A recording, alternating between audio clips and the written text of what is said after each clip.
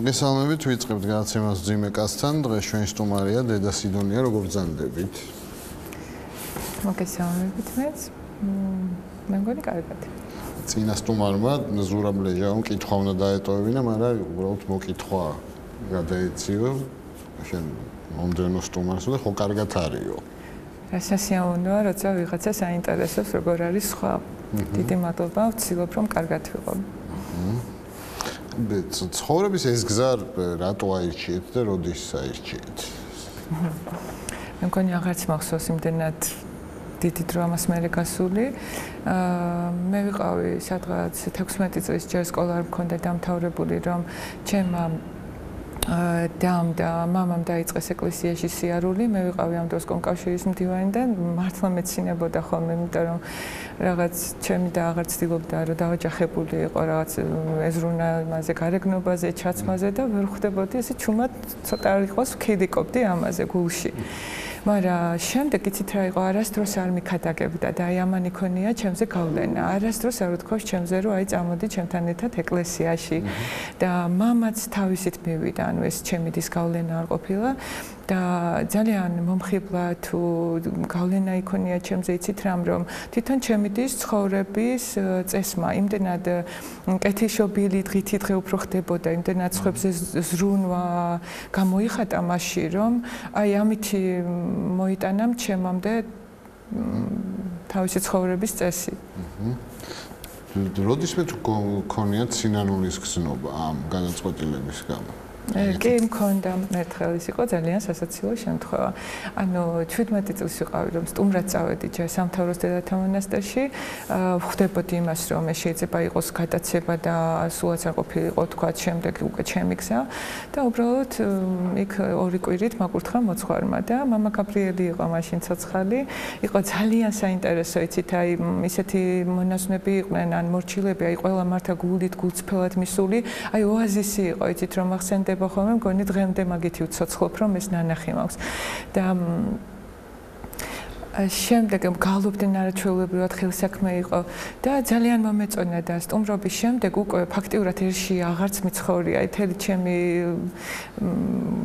არსებით ვიყავი მონასტერში იმ მონაზვნებთან და ერთი წლის მისული ვიყავი მონასტერში მეტრაპეზეთ რომ მაკურთხეს და რაღაც იდეალური წესრიგი უნდა ყოფილიყო და კალამი დაუტოვებიო ვიღაცას ფანჯრის რაფაზე და ამისთვის მივიღე იღუმენიასგან შენიშვნა და ვეღარ გავუძელი იმდენად პასუხისგებლობა მქონდა ბევრი წავედი იქ წმინდა ნინოს პატარა სამლოცველო რომ არის შიგნიდან ურდულით ჩავკეტე და იქ პირდაპირ ჭილობზე დამძინებია და ვფიქრობდი რომ ნუ თუ გამიჭირდა ბოლო წავალ, მაგრამ არ წავედი.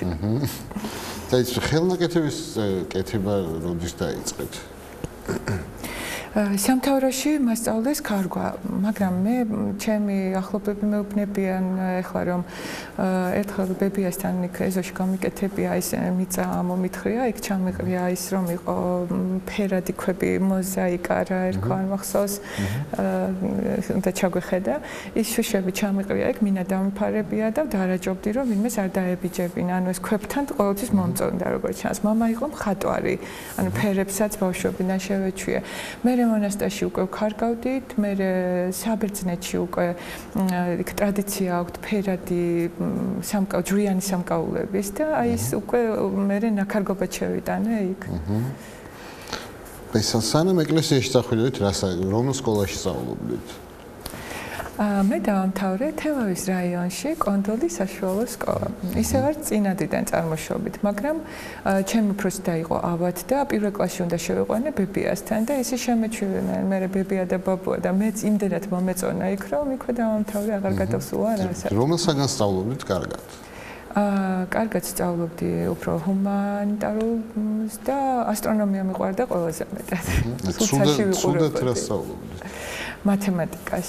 იმიტომ რომ მასწავლებელი მოვიჩემე ბავშვობიდან მე მგონი და რაღაც პროტესტი მქონდა. და ფიზიკას სწავლობდი ამ დროს. თქვენთვის პირადად რა არის ღმერთი და რა არის ქრისტიანობა? მოკლედ რა ვთქვათ.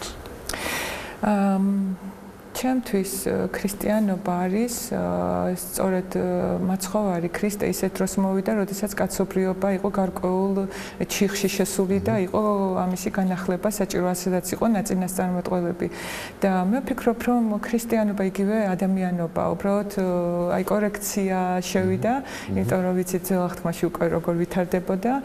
და ჩვენთვის არის ქრისტეს მოძღვრება არის სწორი ადამიანობა. და ამიტომ როდესაც ცოტა იქით ან აქეთ ზედმეტობებს გრძნობ, მე პირადად ცოტა მაღიზიანებს ხოლმე ეს. და ღმერთთან რო გაქვთ კონტაქტი, ვისთან გაქვთ, რას ხედავთ? რას გრძნობთ? იცით, აი სულ თავიდან პირველ რიგში შეხვედრა ჩემი ღმერთთან როგორ მოხდა, მე ხომ არ მწამდა ეს მშობლ მამა რო დადიოდა ჩემი და რას ვხედავ, იცით, ვიწექი მახსოვს და ძირითადად უსმენდი ხოლმე ძიმე როკს უსმენდი, ისე ვიძინებდი და აღმოვაჩინე რომ ეს ხმაური აღარ მომწონს, ნელ-ნელა რაღაც სიმშვიდე, მაგრამ არაფერი არ ყოფილა, ანუ ინსპირაცია არ ვიცი საიდან იყო ეს, თქვათ, რამ გავლენამ რა მიქონია.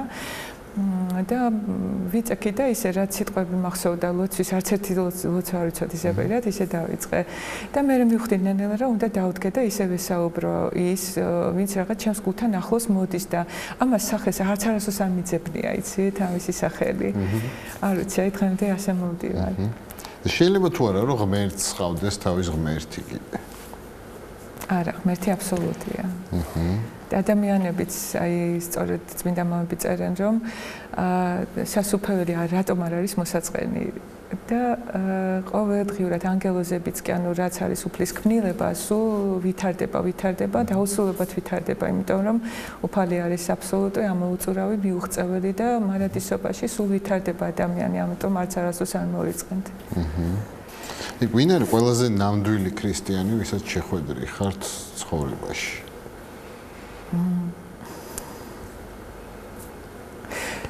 ჩემთვის ჯერ სანამ მონასტერში წამოვიდოდი იყო აი დღემდე რაღაც ვთვლი რომ მამა და ბიბია უკრაინელი იყო და საოცრთისებები ქონდა ამ ქალს მართლა სულ ვთვლი აი ჩემთვის ჩემი და იყო მაგალითი აი ვინც იქონია გავლენა ჩემზე ესე მიქადაგა აი თავისი ხასიათით ჩემთვის საუკეთესო ქრისტიანია დღემდე შემდეგ უკვე მონასტერში ძალიან მართლა ისეთი არჩეულები მონაზონია სამთავროს დეათა მონასტრის იღუმენია ქეთევანი. ნუ პატრიარქი მიყვარდა ძალიან, რა თქმა უნდა, იმიტომ რომ ზოგადად ეს ასე იყო და მამა და ეს იყო ჩვენი მფარველი და ეკლესიაში.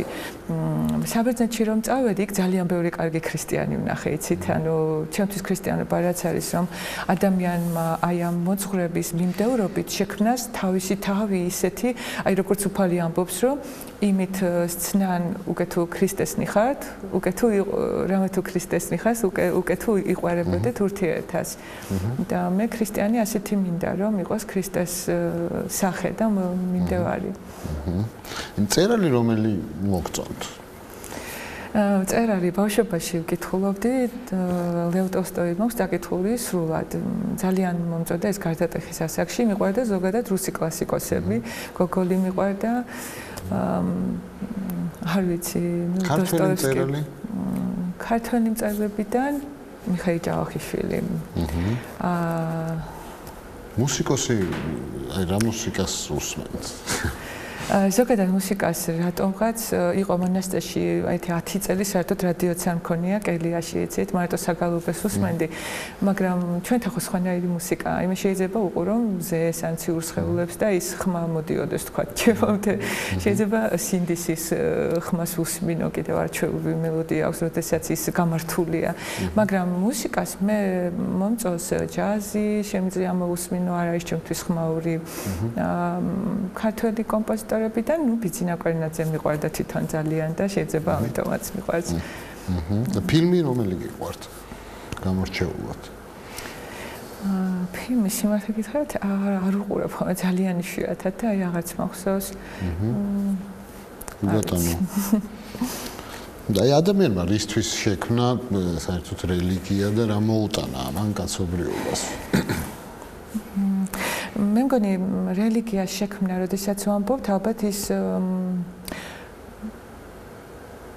როდესაც შეაქვთ დოგმატები ჩემთვის არ არის დოგმატი. ჩემთვის ის არის დაუშვათ, როგორც არის კონსტიტუცია, არის საჭირო სახელმწიფოში, იმიტომ რომ რაღაც არეგულიროს.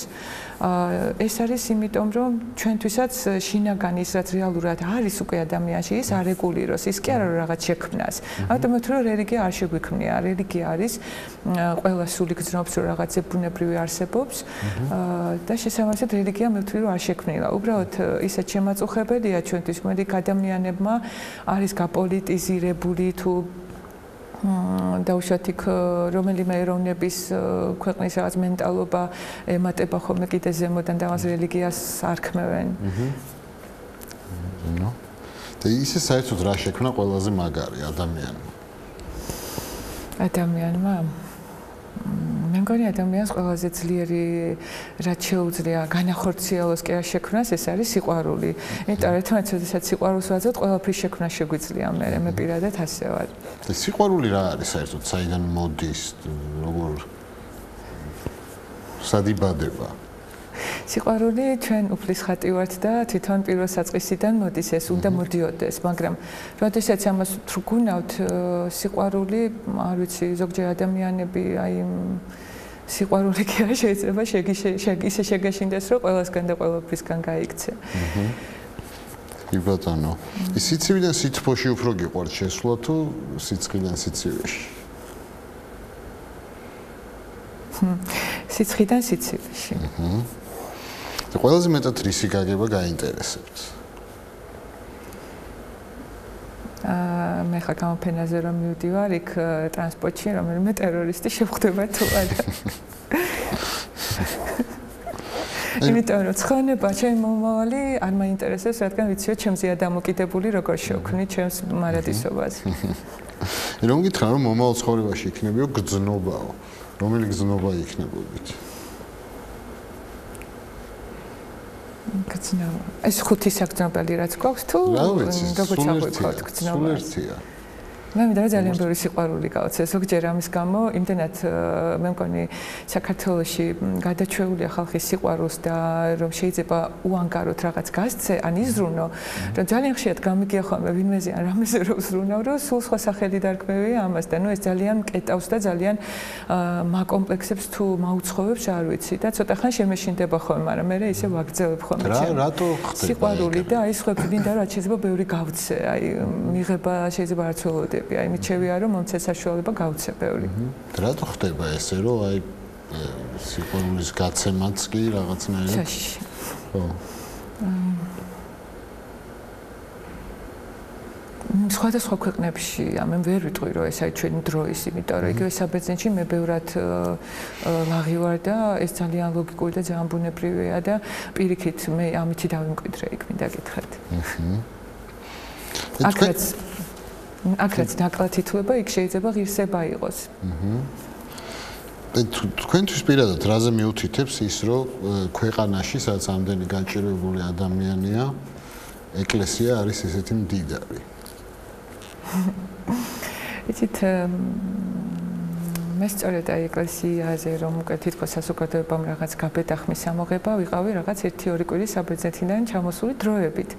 და ამ დროს გავაკეთე ის ჩემი პირველი გამოფენა სწორედ რომ ყოფილიყო შრომის და ფერადოვნების აგიტაცია. ანუ შინაგანად როგორც ჩანს მეც პროტესტი გამიჩნდა ამაზე. მე თვითონ არ მომეწონა რა კი ეს დავიწყე ხო, თორე ეს თავის გადარჩენა მე არ მჭირდებოდა, რადგან მე აქ არ ვაპირებდი დარჩენას და ეხაც არ ვაპირებ დარჩენას. ეგეც ისეთია, ხო, ალბათ რა ვიცი, ყველასთვის ცნობილია, რომ ნაწილი ასია, ნაწილი ისია. მე პირადად ვისთანაც ვახლობობ, შეხება მაქვს და საერთო ენამ ვნახულობ. იგივე უზნაწესე რომ არის თავარანგელოზის, წმინდა თავარანგელოზის ეკლესია, იქ მამა ალექსანდრე გალდავა აკეთებს და მისი ბრეული ჯერ პურით დაიწყეს უფასო, ანუ უპოვართათვის და ახლა არის სადილები კეთდება უკვე და გასულ წელს იყო 120 ადამიანი და ამიტომ მე მიჩევია რომ ეს დავინახო ხოლმე. რასაც ვერ დავარეგულირებ, იქ რაღაცნაირად მიჩევია რომ მეც უთხასიათზე არ დავდგე და თქვა თვალი ავარიდო რა. მაგრამ ცუდი ცხოვდა აღნიშნოთ რომ ის ცუდი თქვა აღარ მოხდეს. ჩემი პოზიცია თქვათ იციან რა შეიცვლება ამით, იმიტომ რომ მე მაგალითად წინა გამოფენაზეც ვცადე, პირადად მცხვენია ხოლმე, მართლა მცხვენია ხოლმე, იცით რომ მქონდეს რაღაც თანხა და ჩემს გვერდით ადამიანს არ ქონდეს, გულწრფელად ვამბობ, იცით? მე მხოლოდ აუცილებელი ნივთებით შემოვიფარგლები, რომელიც შეიძლება ან მე თვითონ შევიძინო, ან ძირითადად შეიძლება მათ ვქონ. ეს არის ჩემი რაღაცა ძალიან პატარა ჩემოდანი, რაც მჭირდება, ის სულ მინიმუმზე დამყავს. შეიძლება ეს ერთგვარმა აი იმ პროტესტმაც გამიმძაფრა, მაგრამ ყოველთვის ასე ვიყავი, არ ვიცი. მე მაგათად გავაკეთებდი ამდენი შესაძლებლობები რომ იყოს ძალიან ბევრ ფონდებს, არ ვიცი, ძალიან ბევრი შეგვიძლია რეალურად რომ გავაკეთოთ ერის გადასარჩენად, თქვათ ერის კულტურის განათლების დონის ასაწევად, რომ ხარისხი იყოს და უწმინდესის უბრძანებს ხოლმე რომ ერთზოგადად ანალიზია მეტი საჭირო და მეტი წიგნი უნდა ვიკითხოთ და თვითონ იცით არის აი ძალიან მეშინია ხოლმე სიმართლე გითხრათ საპატრიარქოს შევეხო და რატომ იცით რომ უწმინდეს ქონდა სულ სხვა პოზიციები და აი მე როგორი მიმართულება მიიღო თუ დღეს რა არის აი ვერც ვამბობ სულ თავს ვარიდებ უწმინდეს ძალიან ხელს უწყობდა ხელოვნების და მეცნიერების განვითარებას და მე პირადად ამის მოწმე ვარ აი შევსწრებულა ასეთ საუბრებს შეხვედრებს და ძალიან უყვარდა როცა რაღაც ახალს და ლამას ვაკეთებდით იცით აი ეს ეფერებოდა ხოლმე მე ეს მახსოვს და ეხა შეიცვალა რამე იცით რა მე პირადად აი მანქანაც კი არასოდეს არ მყოლია არ ვიცი და ეს შემდეგი კითხვაც ალბათ ამ კითხვას უკავშირდება სასულიერო პირები ძალიან ხშირად აკეთებენ რაღაც აგრესიულ არაადეკვატურ განცხადებებს ხო არ უნდა შეიქმნას რაღაც კონტროლის მექანიზმი რომ ყველა არ მოხვდეს ეკლესიაში რატო არ იქნება მე არც ვიცი მე პირადად გასულ წეს 2 წლის უკან იყო აქ საუბრები რელიგიაზე რო ვიყავი სტუმრად ამის გამო ძალიან ბევრი პრობლემები შემხვდა მე და ძლივს გადაიარა დღესაც ფიქრობდი აქ მოსულიყავი თუ არა მაგრამ მე არც მეშინია არც ვთვლი რომ რამეს ისეც ხარისკოს ვაკეთებ რადგან ჩემთვის ის უფრო ცუდია იცით რომ აი ხალხი არ ვიცი ეს მედია თუ თვითონ ეს ბოროტი ძალა აკეთებს რომ ყოველთვის ცუდს უყურონ და კარგი არ შეამჩნიონ ვფიქრობ რომ უნდა დაბალანსდეს ეს რა ადამიანებმა უნდა იცოდნენ რომ აი თქვათ სადაც არის ესეთი ანგარება და ფუფუნება და არ ვიცი რა ქვია ამას მომხვეჭელობა შეიძლება რაც მისმის ხოლმე რატომ არის ეკლესიაში იქ გვერდზივე არის ძალიან ისეთი მოღვაწე ასკეტი ბერმონაზვნები რომ საოცრად უანგაროდ გასცემენ და ეხმარებიან მოყვას და მე რაღაც მიჩვევია რომ ეს უფრო გამძაბდეს უფრო გამოიკვეთოს და ამან გადაფაროს საერთოდ იმიტომ რომ აი მე ვთვლი რომ ეს ნამდვილად შველება თუ ჩვენ სასულიერო პირები უფრო მეტად ვიზრუნებთ მათზე. მიგეჩნია თუ არა რომ ქორწინებამდე სექსი არის ცოდვა? ჩვენო სიტყვაზე ისევ წითლდებით ხოლმე.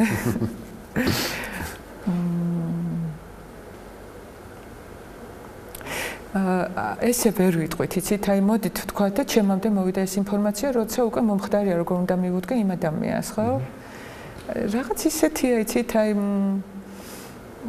მე არ ვეტყვი თქვათ ან მღვდელი არ ეტყვის რომ მიდი გააკეთე მაგრამ თუ ეს უკვე დაუშვათ ადამიანებმა თავის თავზე აიღეს და ასე ერჩიათ და ეტაპობრივად მოდის ნუ ეკლესია ხო ძალადობა არ არის არა ვისი სულიც როგორ გძნობს და რასაც განიცდის ისე უნდა იცხოვროს არა შეიძლება რაღაც არასწორით დაიწყოს და მე წმინდანი გახდეს ის ადამიანი ამიტომ ამაზე არ ვაკეთებ ხოლმე ისეთ აქცენტს კი მაგრამ გეები თუ მიგეჩნიათ ცოდვილებად მე ძალიან ბევრი ახლობელი მყავს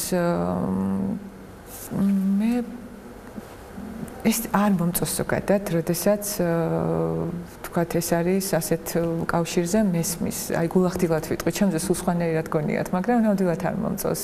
პირადად არ მსიამოვნებს მე. მაგრამ აი დავუშვათ ვიყავს ისეთი ახლობელი, რომელზედაც მსმენია, თქვათ ან თვითონ უთქავს. მე პირადად არ მსიამოვნებს, მაგრამ რა თქმა უნდა, ეს მას არასოს არ უგწნია.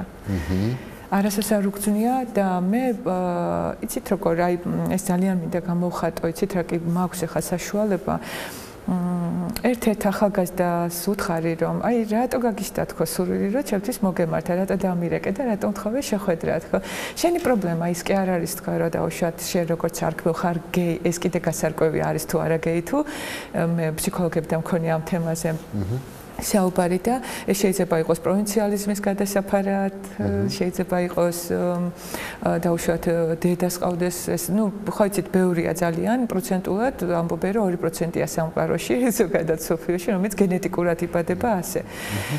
ან ჯერ კიდევ მიზეზია გასარკვევი, მაგრამ შენ რა გაწუხებს თქო? ანუ შენი არჩევანი არ გაქვს ჯერ გასარკვევი და დისკომფორტს ის გიქმნის თქო, თუ ის რო ხარ გეი. მე სულ სხვა კუთხით მივუდექით. ჩემთვის არის ადამიანის ნებელობა მთავარი და არა ის როგორ რეალისტება. ანუ სინანული არის იქ ადამიანი აკეთებს თუ არა შინაგანად სწორ არჩევანს, თავის თავში ამ არჩევანის გამო კონფლიქტი ხომ არ ექნება. აი ეს არის უფრო მნიშვნელოვანი, როგორც ცოდვა.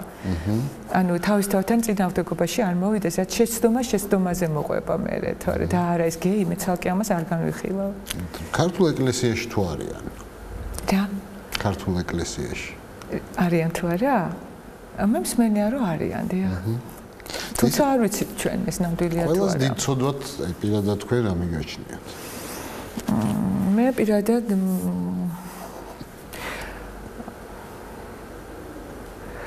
რა თქმა უნდა ადამიანები როდესაც ერთმანეთს ღალატობენ და აი სიბოროტე აი რომ ცუდი ვუსურო სხვას და მე არამც თუ ვუსურო ზიანი მოვუტანო სხვა ადამიანისთვის ზიანის მოტანა მგონია ყველაზე დიდი ცოდვა.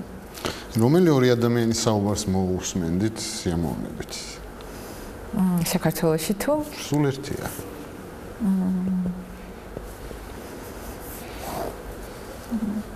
ხა მაგალითად ობამა მერკელის. კი ბატონო. ერთი წვეთი უკვდავების წყალი რო გქონდეთ, რას უზამდით? შეიძლება წინა კითხვას დავუბრუნდე.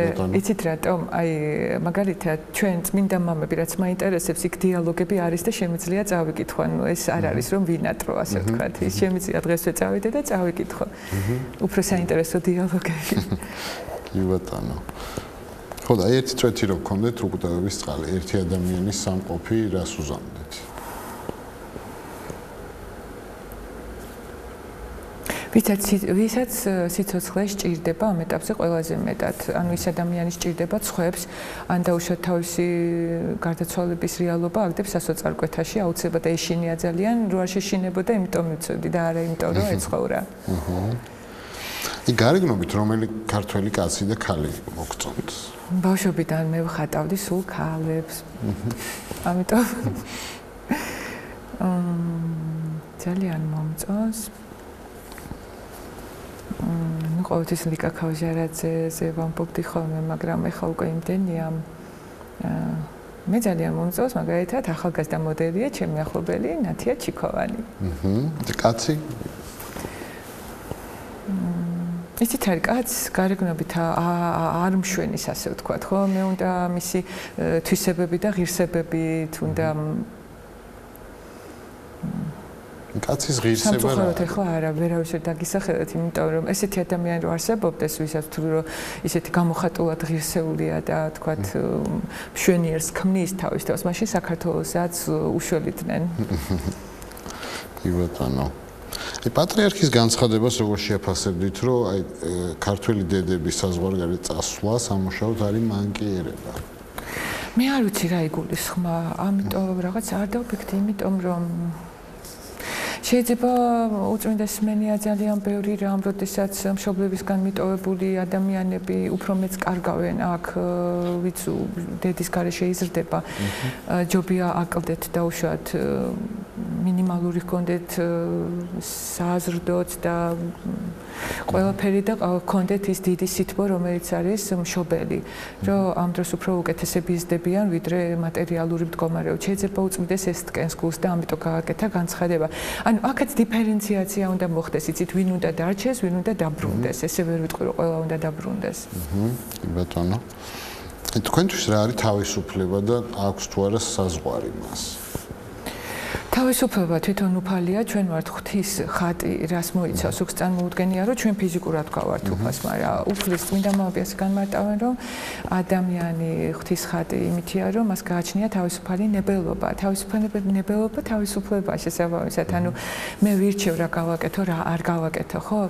და ერთგან მახსოვს რაღაც ჩემი სოციალურ ქსელში გააზიარეს ჩემი სიტყვები, რომ რა არის ან თავის უფალი უნდა იყო და იქვე გაჩნდა ესეთი კომენტარები რა თქმა უნდა ესეთი ცალსახა რომ როგორ გეკადრებათ და ეს თავის უფალი იყო და თავის უფალი წარმოიდგინოს რომ მე უნდა ვიყო უფალი ჩემ თავს ეს უფალთან მაშინვე და ზუსტადაც თურმე ლუციფერი გადმოაგდო აი ამან რომ უფლად წარმოიდგინა თავი აი ასეთი ისინია განმარტებების შემდეგ ამ დროს თავის უფალი ჩვენ ასე გვესმის რომ შენს თავზე შენს სურვილებზე უფლებდე შეგეძლოს მართვა შენი სურვილების ეს არის თავისუფლება საზღვარი თუ აქვს რა თქმა უნდა აქვს როდესაც ეს ან საზოგადოება სხვა ადამიანის უფლებების დარღვევამდე შეიძლება მივიდეს იქამდე აქვს საზღვარი ბატონო უნდა იჭერდნენ თუ არა ადამიანებს ნარკოტიკების მოხმარებისთვის როგორ ფიქრობთ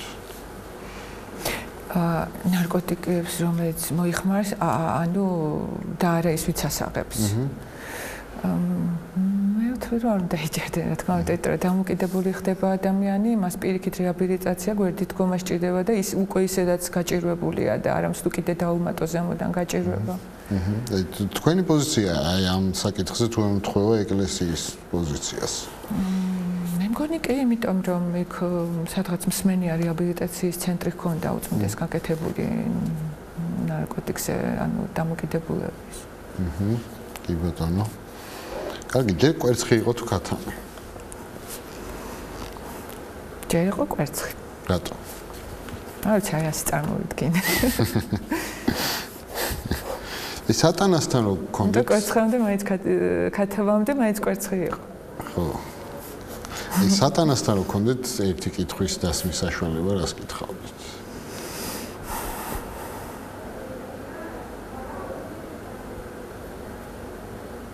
არ ენატრება ისეს დაკარგა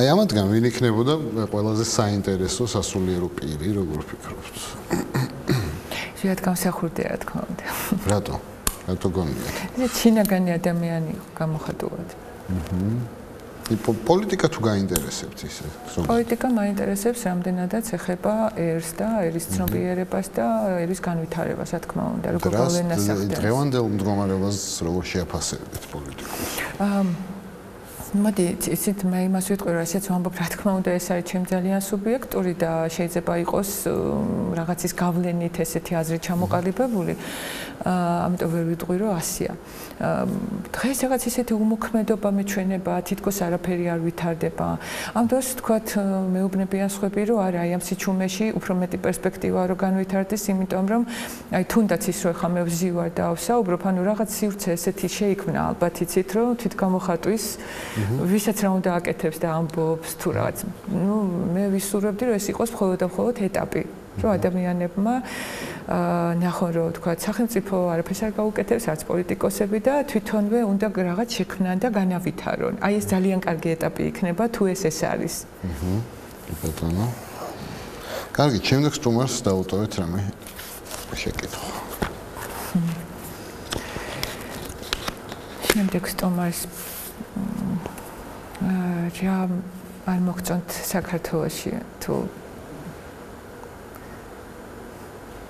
კი რა არ მოგწონთ საქართველოში ძალიან დიდი მადლობა რომ მოხვედით წარმატებებს გისურვებთ დიდი მადლობა მოწვევისთვის